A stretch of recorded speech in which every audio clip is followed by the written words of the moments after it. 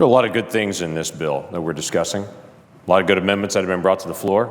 There's been an awful lot of conversation in the past year about a program called the Land and Water Conservation Fund. It's a straightforward program. It's been around for a long time. It takes money from revenue from offshore oil drilling, and it uses that money to be able to purchase up land, usually next to a national park or in other areas that becomes federal land.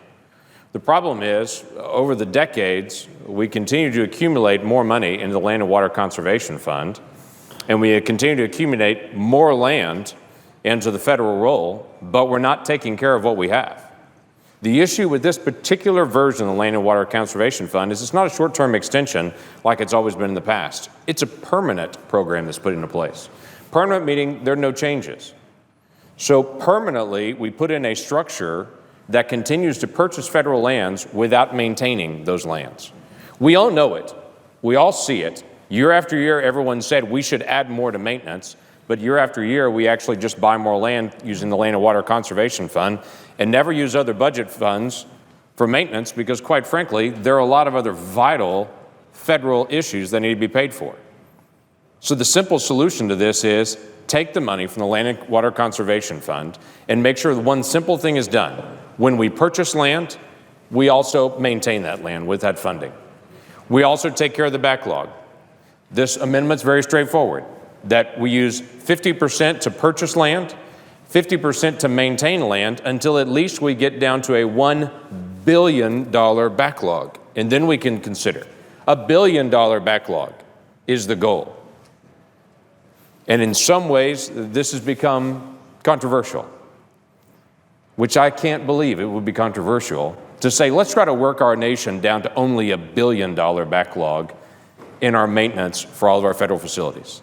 Now, we have record attendance at our national parks, and they are beautiful national treasures.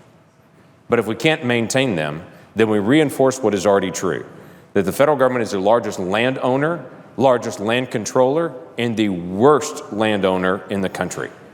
Federal lands are maintained the least of any other large maintenance, any other large holder of land. Let's fix it. This doesn't take away the Land and Water Conservation Fund. This makes sure that we take care of what we have. And it also answers one simple question.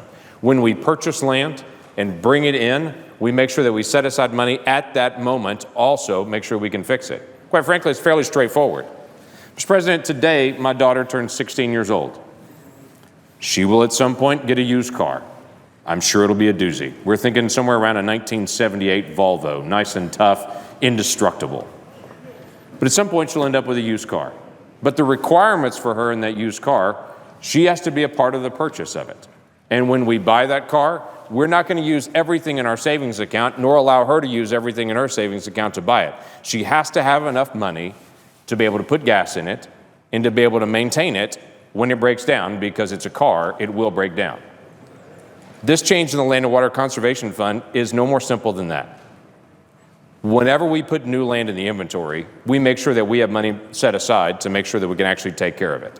Why have a car if you can't put gas in it? Why continue to add land year after year after year if we're not going to maintain it? That's not good stewardship of our resources. That's bad stewardship of our resources.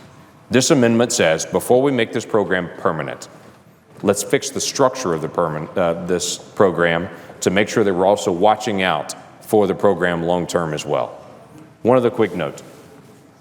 Some of the land's been purchased for very high amounts, like $1 million an acre type amounts. This puts a simple block in it to say, before you get a purchase of a land more than $50,000 an acre, run that back through Congress to make sure that someone has had a second look at that. It's a straightforward thing to make sure that the federal taxpayer is not paying more than they should per acre for land that will be put in the federal inventory. I would urge the adoption of this amendment. This doesn't kill the program. This enhances the program.